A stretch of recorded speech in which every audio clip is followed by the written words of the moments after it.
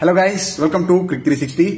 35 ఏళ్ల క్రితం సచిన్ టెండూల్కర్ తన 16వ ఏటని అతి చిన్న వయసులోనే ఇంటర్నేషనల్ క్రికెట్ లో డెబ్యూ చేసి 24 ఏళ్ల పాటు క్రికెట్ శాసిస్తూ ఎన్నో సంచలనాలను నమోదు చేస్తూ ఎన్నో రికార్డులను తన పేరు మీద లిఖించుకున్న విషయం మనందరికీ తెలిసింది. ఆ తర్వాత అట్లాంటి సంచలనాలు రికార్డ్ అయిన దాఖలాలు అయితే లేవు.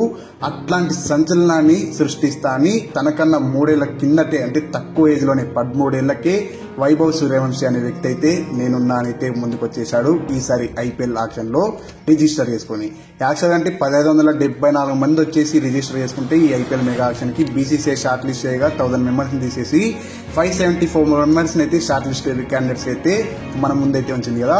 ఆ 574 మందిలో కూడా ఈ 13 ఏళ్ల అతి చిన్న అబ్బాయి అయితే వైభవ్ సూర్యవంశీ అయితే నిలిచారనమాట. ఒకవేళ ఏ ఫ్రాంచైజీ అయినా ముగ్గు చూపు తీసుకుంటే అనిపిస్తుంది కనుక, ఒకవేళ అక్కడ మ్యాచెస్ లో కనుక ఆడిస్తే ఐపీఎల్ ఆడిన అతి పిన్న వయసుకుడిగా అయితే వైభవ్ సూర్యవంశీ అయితే మిగలబోతున్నాడు అనమాట. మరి ఈ వైభవ్ సూర్యవంశీ యొక్క షార్ట్ అండ్ స్వీట్ స్టోరీ విషయానికి వచ్చేస్తే, ఇతను పుట్టింది వచ్చేసి మనం ఓడే వరల్డ్ కప్ 2011లో కొట్టాం కదా, సెకండ్ వరల్డ్ కప్ ని. అప్పుడు ఇతను కూడా జన్మించాడనమాట. బీహార్ కి సంబంధించిన తాజ్పూర్ అనే ఊర్లో అయితే ఇతను పుట్టాడనమాట.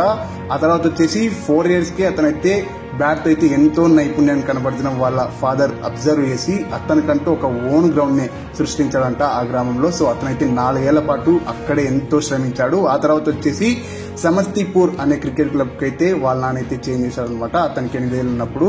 ఆ తర్వాత అతనికి ఎంతో కాలం పట్టలేదు ఫస్ట్ క్లాస్ క్రికెట్ లోకి రావడానికి. అతనైతే 2 ఏళ్లలో, అంటే అతను 10వ ఏటనైతే అండర్ 16 కి వచ్చేసాడు. 2024లో అయితే 5 ఫస్ట్ క్లాస్ మ్యాచెస్ కూడా ఆడాడంటే. ఇంకా అతని నైపుణ్యాన్ని విషయానికి వచ్చేస్తే ఓపెనర్ అంట. ఆ తర్వాత వచ్చేసి లెఫ్ట్ ఆర్మ్ ఫాస్ట్ బౌలింగ్ కూడా అతనైతే అందించగలంట. మరి చూద్దాం ఎవరు ఇతన్ని దక్కించుకుంటారు గారు.